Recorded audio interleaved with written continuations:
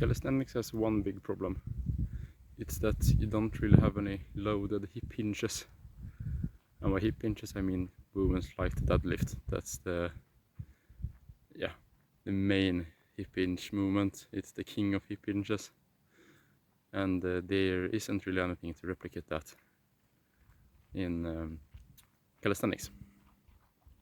Because all of the things that you do with body weight. That's the thing with calisthenics. And so you don't really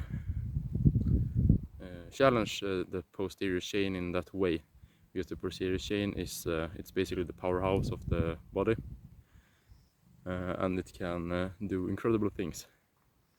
For example, I've deadlifted 185 in a sumo stance, and there's no way I'm going to challenge these muscles the same way for calisthenics.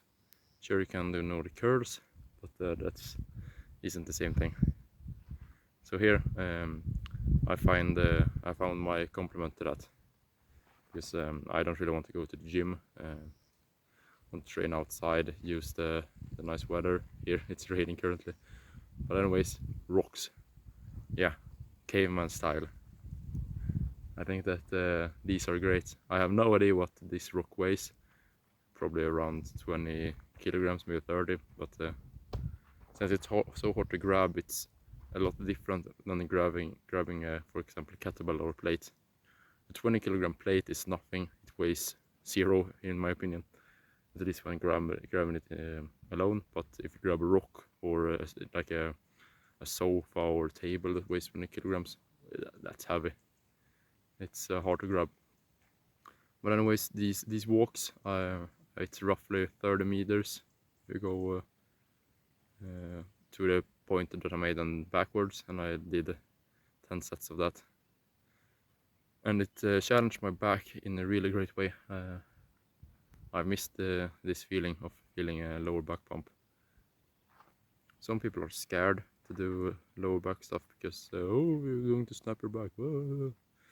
But in my opinion, I think that you need to do this stuff to not snap your back. The thing is, you snap your back when you're doing something that your body can't handle. And how do you increase your body's capabilities? You train them. So you need to train your back to not snap them. And yeah, I think this is a great way, and it's also a useful way to train.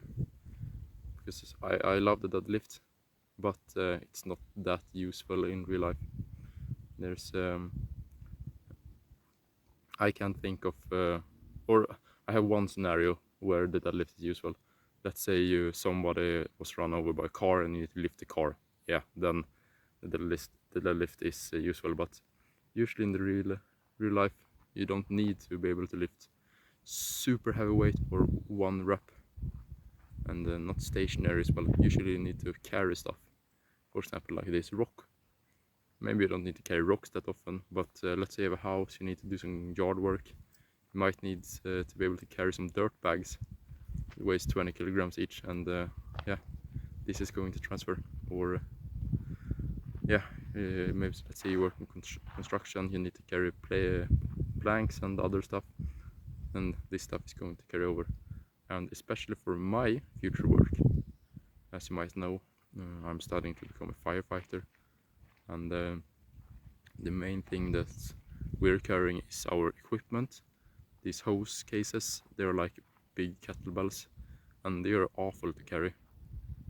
There's a lot of lower back and traps in that, especially forearms as well. And the other important thing that we need to carry is unconscious people. And I don't know if you've tried to drag somebody that's truly unconscious. I haven't, but we've simulated that, and you can't grab anywhere, because since they're unconscious, you can't grab them good in the armpits, because the arms are just flying everywhere. You can't get a good grip. So even if you have like a small 60 kilogram person, they are heavy. And let's say you're smoke diving, you're exhausted, it's hot, you have all this gear on. We have like 25 kilograms of equipment on us, and then you find a big human that weighs 100 kilograms, which isn't unreasonable. and then you need to drag that person out. Oh my lord, you're going to be so exhausted, and you need to be able to carry and drag things that aren't in the usual shapes. Yeah, it's good to deadlift a crap ton of weight, but what do you do if the bar isn't there, and you can't grab that? You might need to do like a bear hug drag or something. Then you need to be able to do this stuff. Train with rocks, train with sandbags and stuff like that. I have another video training with garbage, and I talked about then when I use tires to train with, and you don't need stuff, fancy equipment. Just use some trash that you have at home, like a keg or tires or rocks. It's more useful in the real world, in my opinion, especially if you're going into a physical job and a career. So yeah, you need to take that stuff into account. But yeah, if you're Johnny bodybuilder, just want to get strong and big, look swole for the girls, and yeah, sure, the deadlift is great. I'm not going to say that deadlift isn't great, and you can do all of the gym stuff, and you will become stronger, you will be useful, and you will look hot as fuck. But I still think that you need to do some of this stuff if you want to be useful in the real world, because it's really easy to become one of those typical powerlifter bodybuilders that are super strong in the gym, and then as soon as you walk outside of the gym, you're as weak as everyone else, because you haven't worked up that work capacity, and you haven't exerted yourself in these weird angles that you can find in the real world. You're never going to find a bar that needs to be moved in the real world, except if you work at the gym, but everything is awkward, everything sucks. So learn how to work in bad environments. So yeah, that's what I have to say today, and thank you. Keep lifting rocks and other garbage. Bye.